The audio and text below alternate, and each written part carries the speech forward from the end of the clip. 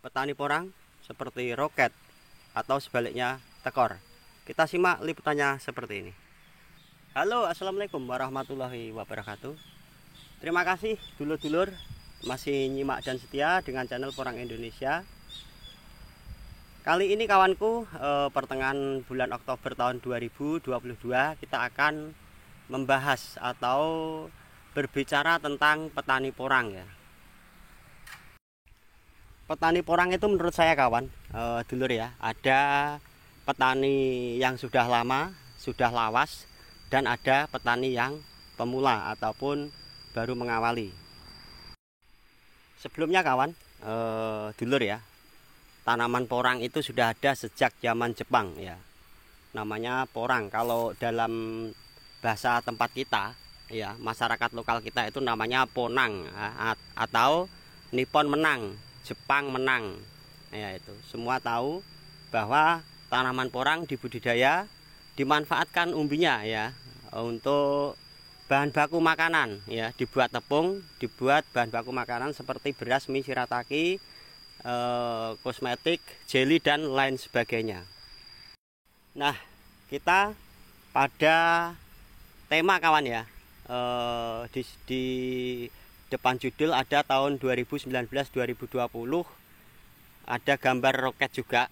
Itu kita jelaskan bahwa budidaya porang mulai marak ya, mungkin seluruh Nusantara mulai marak tahun 2019-2020.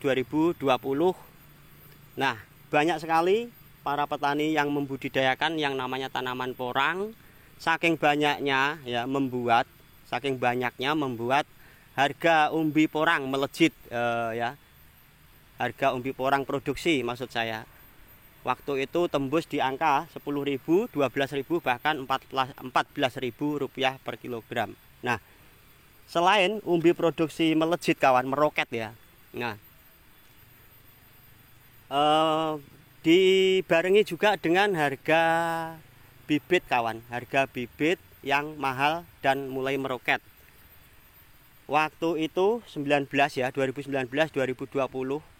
dari 150 naik sampai 175 ya, sampai 200.000 bahkan tembus di angka 250.000 bahkan lebih sampai 300.000 rupiah ya. Itu seperti itu, meroket karena permintaannya banyak sekali.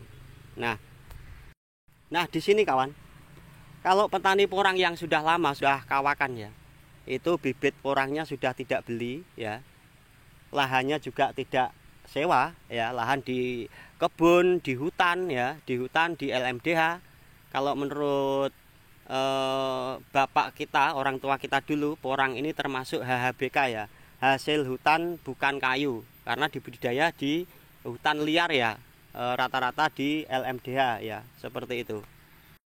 Nah, saking banyaknya permintaan kawan ya, membuat harga porang menjadi booming. Banyak sekali petani yang tadinya tidak budidaya ikut-ikutan budidaya yang namanya tanaman porang. Jadi bibit mahal pun juga dibeli. Seperti itu kawanku ya. Nah, saking meroketnya harga porang, begitu juga bibitnya, maka sudah pasti ya keuntungan pada petani yang sudah lama ya. Kesempatan untuk menjual bibit porangnya karena harganya sangat melejit. Seperti tadi saya sampaikan, tembus di angka 250 sampai 300.000 rupiah itu per kilogramnya untuk bibit katak. Nah, kemudian kawanku ya, pada tahun itu banyak sekali petani pemula yang sangat antusias untuk membudidayakan yang namanya tanaman porang ya. Karena permintaan banyak sehingga bibit melejit, banyaklah permintaan, yaitu petani yang mengawali. Saya katakan di sini pemula ya, pemula, bukan pemain muka lama, bukan, tapi pemula, artinya petani yang baru mengawali budidaya porang. Nah, pada tahun 2021 ya, 2022, harga umbi porang produksi turun. Yang tadinya kisaran 9 sampai 10.000 turun menjadi 7.000 ataupun 8.000 ya. Nah, tahun 2022 ini kawanku ya, malah anjlok melorot ya, yang tadinya meroket sehingga terbalik seperti roket yang terbalik, ataupun kata-katanya seperti roket ya. Roket, kalau kata roket dibalik kan tekor dulur ya. Kalau petani yang lama itu olah lahan seadanya, bibit sudah tidak beli, sudah punya sendiri. Beda kalau petani porang yang pemula ya. Ada juga yang sewa lahan ya, sewa lahan, terus pengolahannya pun beda ya, beda. Pengolahannya secara maksimal sudah pasti dengan harapan supaya hasilnya itu bagus ya, supaya bagus seperti petani yang sudah supaya berhasil dengan harapan. Nah ini petani pemula dengan harapan supaya umbi produksi seperti tahun yang lalu 2020, harga umbi produksi tembus di angka 10.000 lah ya, 10.000. Itu harapannya. Kebanyakan kalau kita di lapangan, kebanyakan kita turun di petani pemula, kebanyakan seperti itu harapannya dan angan-angannya harga umbi produksi melejit ya, meroket. Juga untuk katak ya, untuk bibit kataknya juga seperti tahun yang lalu, dengan harapan modalnya kira-kira ya katakanlah modal 1 ataupun modal 2 bisa berlipat-lipat menjadi 4 atau 5, harapannya seperti itu. Tapi dalam kenyataannya kawan ya, dalam kenyataannya kita semua tidak tahu bahwa pasar porang bergejolak ya, seperti kemarin karena pandemi ataupun ekspornya ditutup, keran ekspornya ditutup ataupun bagaimana ya, sehingga harga porang produksi maupun katak anjlok ya, menukik ya, seperti tadi roket terbalik ya. Nah selain harga turun ya kawan ya, banyak sekali himbauan dari pihak-pihak terkait yang berkecimpung dalam pertanian porang ya, menyarankan agar petani mengikuti aturan pemerintah ya, aturan yaitu GAP ya, Good Agriculture Practice, yaitu budidaya porang secara benar, secara baik dan benar ya. Semua kebanyakan kalau petani yang di bawah kawan, petani di bawah itu sudah mengikuti aturan, suruh pakai GAP, suruh registrasi atau suruh registrasi lahan juga sudah diikuti. Tapi kenyataan ke belakang sini kawanku ya, kenyataannya harganya ya podo wae ya, harganya sama saja, yaitu makanya banyak petani porang pemula yang kecewa ya.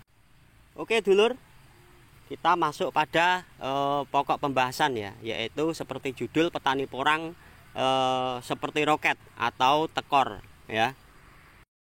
Nah kalau yang meroket kawan, tadi saya sampaikan bibitnya tidak beli ya, sudah budidaya lama, bibit tidak beli lah, terus pas tepat pada waktu itu banyak permintaan ya, sehingga banyak juga keuntungan. Nah terus untuk petani yang pemula kawan ya, budidaya porang sudah diniati dengan harapan seperti tadi, modal 1 bisa menjadi berlipat menjadi 4 atau 5 dari umbi produksi ataupun kataknya, harapannya seperti itu.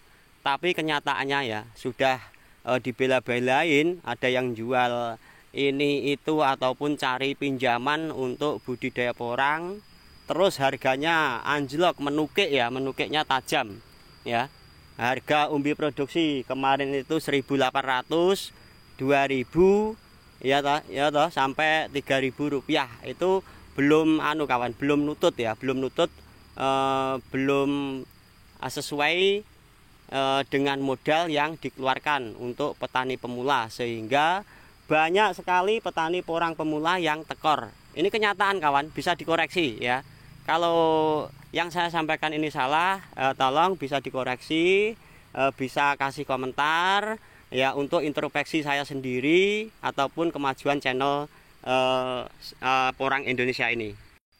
Kalau petani yang lawas dulur ya, bibit tidak beli ya, harga berapapun itu tetap untung, itu sudah dipastikan ya. Umbi produksi 1.800 ataupun 1.500 ataupun 2.000 tetap dijual. Karena itu tadi ya, pengolahan lahan tidak begitu maksimal, tanam seadanya, skala luas, bibitnya juga tidak beli. Jadi ya kawan ya, dulur ya, kalau petani pemula kebanyakan ya, ini saya turun di petani, kebanyakan seperti itu ya. Banyak sekali yang sudah investasi besar-besaran, tidak hanya 10, 50 sampai 100 juta ya, lebih bahkan ratusan juta.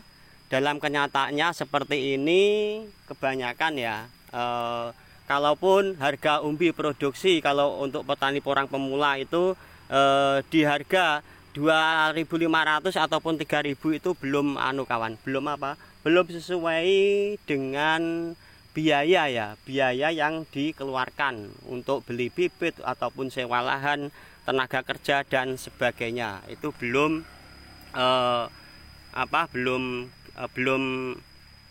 nutup ongkos operasional untuk perawatan tanaman porang, untuk budidaya porang seperti itu. Nah, kita semua kawan, petani porang yang lama ataupun yang pemula, sudah pasti harapannya apa ke depan? Harga umbi produksi itu stabil ya, paling tidak di angka 6.000 atau 7.000 ya. Itu juga bisa membuat keuntungan yang berlipat untuk petani porang yang lama ataupun yang pemula ya. Paling enggak ya bisa ya sesuai yang kita harapkan untuk kita semua sebagai petani porang. Nah, untuk kedepannya kawan ya, harapannya kepada pihak-pihak terkait yang berkecimpung dalam ikut dunia perporangan ataupun yang berkecimpung yang mengurusi pertanian porang, harapannya pemerintah bisa mengendalikan ataupun membuat aturan harga porang bisa stabil ya, dengan tujuan apa? Dengan tujuan untuk mensejahterakan petani porang supaya tidak tekor ya, harapannya stabil seperti itu. Semangat. Ya di sini kawanku ya, kita sendiri sebagai petani porang ya, kita bertani itu dari kecil ya.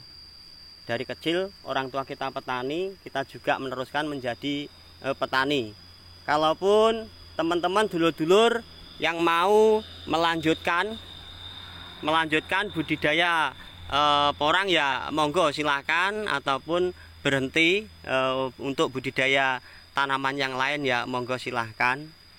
Menjadi petani seperti kemarin saya sampaikan, menjadi petani itu bukan paksaan, tapi pilihan ya, pilihan kita sendiri. Menjadi petani ataupun tidak, itu pilihan kita sendiri-sendiri.